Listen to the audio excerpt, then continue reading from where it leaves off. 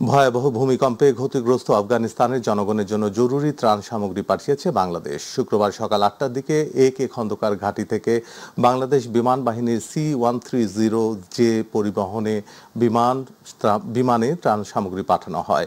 রাতের মধ্যে দেশটিতে পৌঁছাবে বাংলাদেশের ত্রাণ। এতে রয়েছে শুকনো খাবার, শিশু খাদ্য, কম্বল, শীতবস্ত্র, তাঁবু, খাবার পানি ও ঔষধ।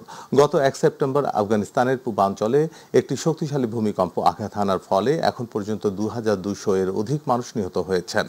৮,০০০-এর অধিক ঘরবাড়ি সম্পূর্ণ বিধ্বস্ত হয়েছে। ভূমিকম্পনের ফলে খাদ্য, পানি ও বাসস্থান সংকট এবং জরুরি চিকিৎসা সেবার অভাবে দুর্যোগে আক্রান্ত স্থানে সার্বিকভাবে মানবিক বিপর্যয় দেখা দিয়েছে। এ প্রেক্ষাপটে প্রধান উপদেষ্টার নির্দেশক্রমে ত্রাণ সামগ্রী মানবিক সহায়তা হিসেবে জরুরি ভিত্তিতে আফগানিস্তানে পাঠিয়েছে বাংলাদেশ। জরুরি ত্রাণ সামগ্রী সহ আফগানিস্তানের উদ্দেশ্যে যাত্রা করবে এবং ত্রাণ সামগ্রী হস্তান্তর শেষে আজই প্রত্যাবর্তন করবে। আফগানিস্তানের এই ক্রান্তিকালে বাংলাদেশ সরকারের এহেন মানবিক উদ্যোগে সরকারের বিভিন্ন মন্ত্রণালয় ও বেসরকারি প্রতিষ্ঠান সংশ্লিষ্ট রয়েছে।